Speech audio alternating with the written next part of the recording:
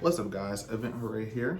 Sorry about the long hiatus. Life happens. I've been extremely busy with a lot of crazy things going on. There was a snowstorm, work, and all kinds of stuff. But even though I've been inactive, I did gain another subscriber. No notification, otherwise I'd give you a shout out. But thank you for my supporters. I haven't lost any subscribers, so thank you for sticking with me while I've been inactive. And I'm hoping to get back on this and being more consistent. I don't have a set schedule with my videos and anything like that, but I'm hoping to do like 2-3 videos every week.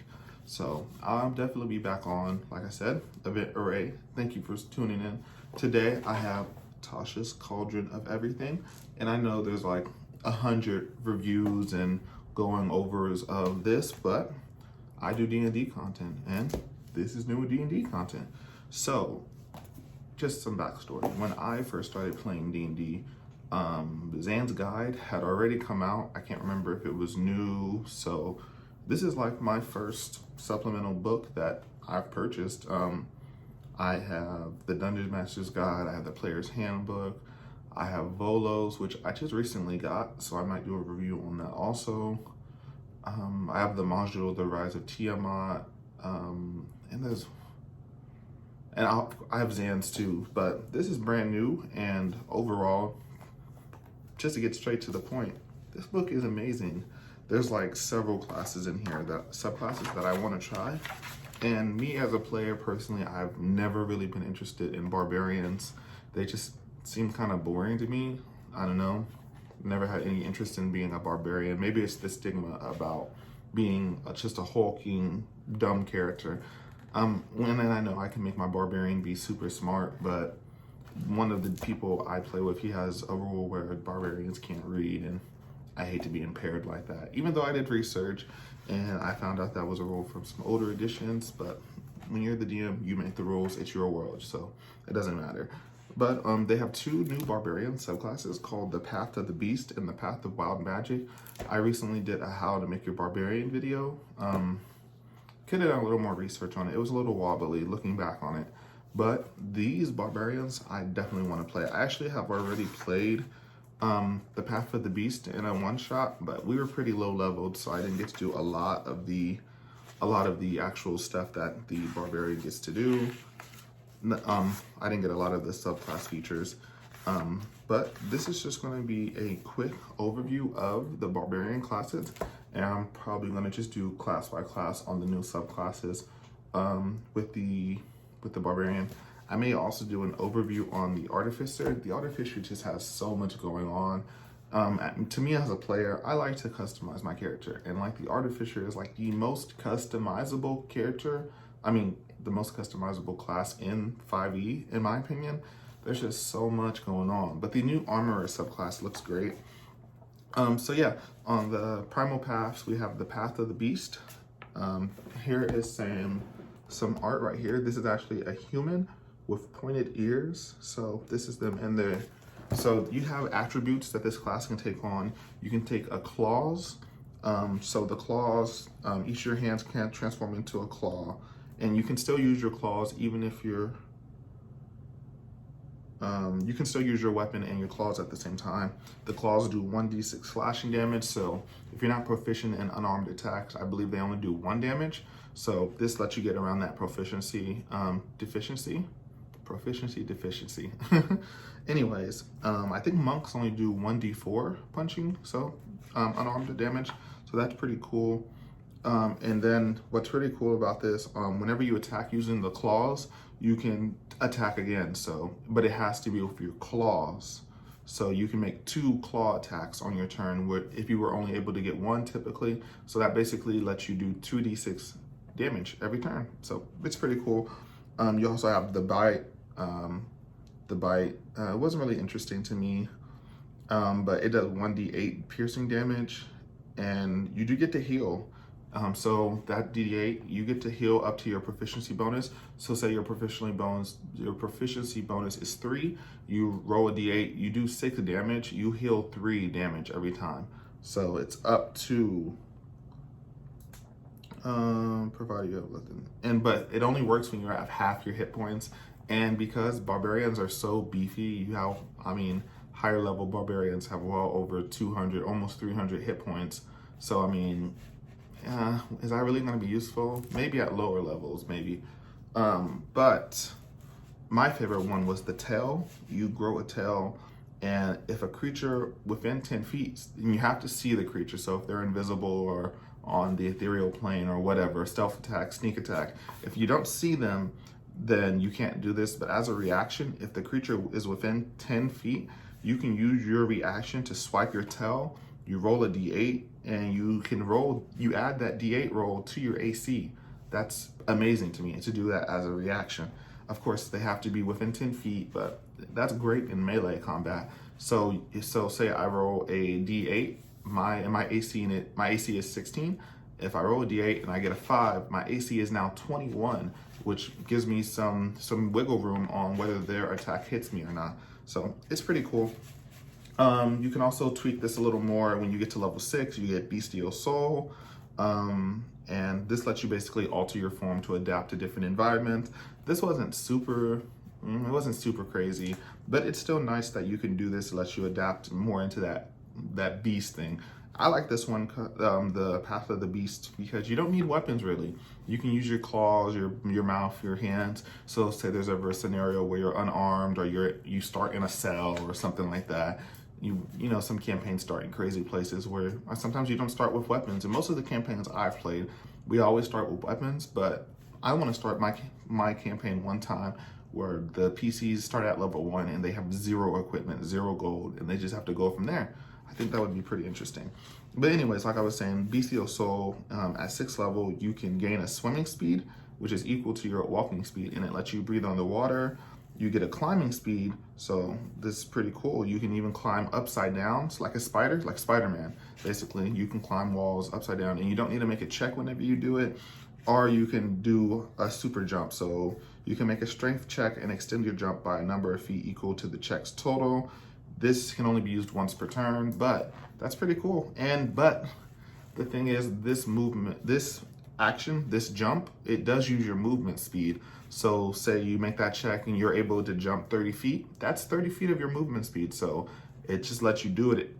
If there's like a chasm or a pit or something like that, it's useful then, but I wouldn't say it's super useful in combat. It's not like some beasts have the charge effect where you can't charge and then knock somebody prone with this. You can't jump through the air and knock an opponent prone with this feature. So I don't think that's super useful. I would recommend, I guess I should do recommendations. On the form of the beast, which is your 3rd level one, that gives you your bite, claws, and tail, I would recommend claws or tail. Claws give you 2 attacks, tail helps you with the reaction. I like the tail better. That's just me. On the Bestial Soul, that's gonna be your level 6 feature. I would recommend taking the climbing speed. The swimming one is good, but I've played plenty of campaigns where we never run into water. And I just think the climbing one would be more useful for combat and out of combat. So that's just me. At level 10, you get Infectious feature. When you hit a creature with your natural weapons while you're raging, the beast within you can curse a target with your Rapid Fury.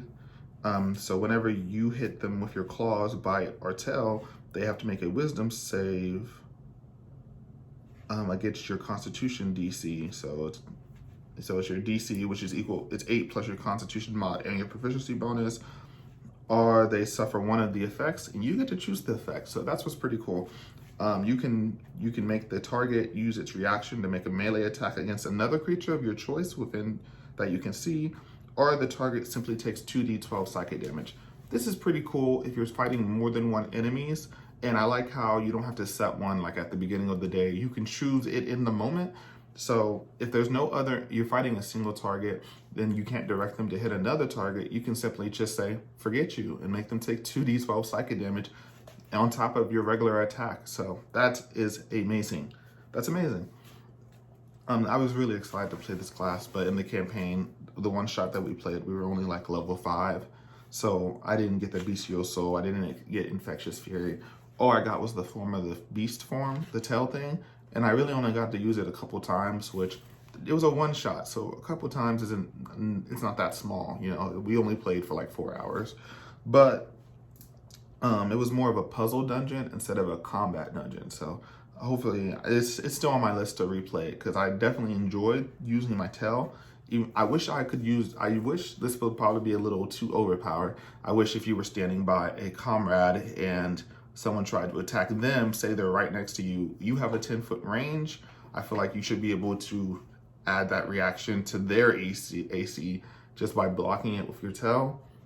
Or maybe you can take the hit for them. I know you can kind of do that with the Echo Knight, the fighter, where you can teleport, and you can throw the teleport out as a reaction, and that takes damage for her. I think it would be pretty cool if you can use your tail in that manner. But like I said, that's probably a little overpowered, so I can't complain about it too much. It would just be a cool thing to have. So level 14, you get Call the Hunt. You get let's see, when you enter your rage, you can choose any number of willing creatures within 30 feet. Not any number, sorry. It's equal to your Constitution mod. So if you have a +2 on your mod, you can choose 2 creatures, and so say I choose 2 creatures, you get 5 HP, temporary HP of course, for each of those targets. So say I pick 2 creatures, I get 10 HP because 5 times 2 is 10, add it to me. And until the rage ends, the creatures can use, they get special effects basically. Whenever they hit a target with an attack roll and deal damage to it, that creature can roll a d6 and they get bonus damage basically. So say they roll with their short sword, that does 1d6 I believe. They roll a 4, boom, now they get to roll another d6 on top of that. So they get extra damage basically. So yeah, that's pretty cool.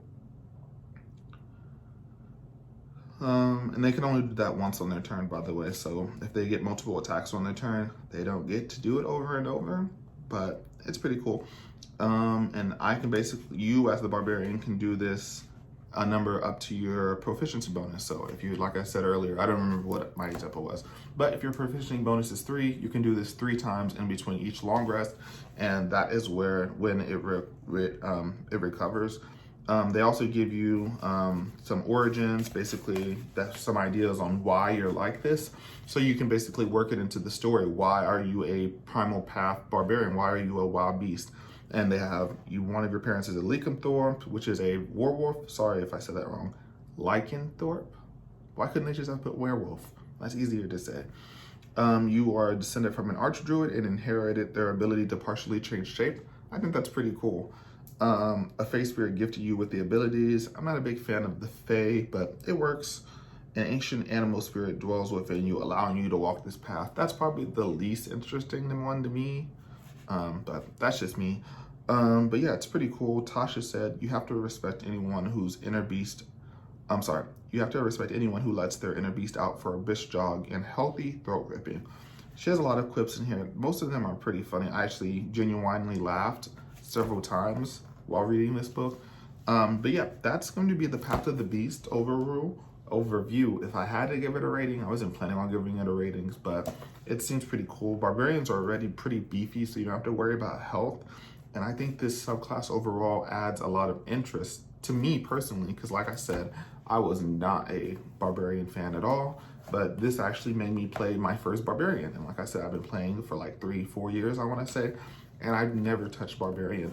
Another class I haven't touched is Paladin, which I don't know. I'm pretty sure this is official, but my DM says you have to be lawful good, and I don't like being constrained by that. I want to be a good character, but I don't want to be lawful good. So I've never played Paladin either, but that's pretty much it as far as the Path of the Beast Barbarian goes. Like I said, guys, thanks for the support. I appreciate everyone who views my videos and likes and shares and comments.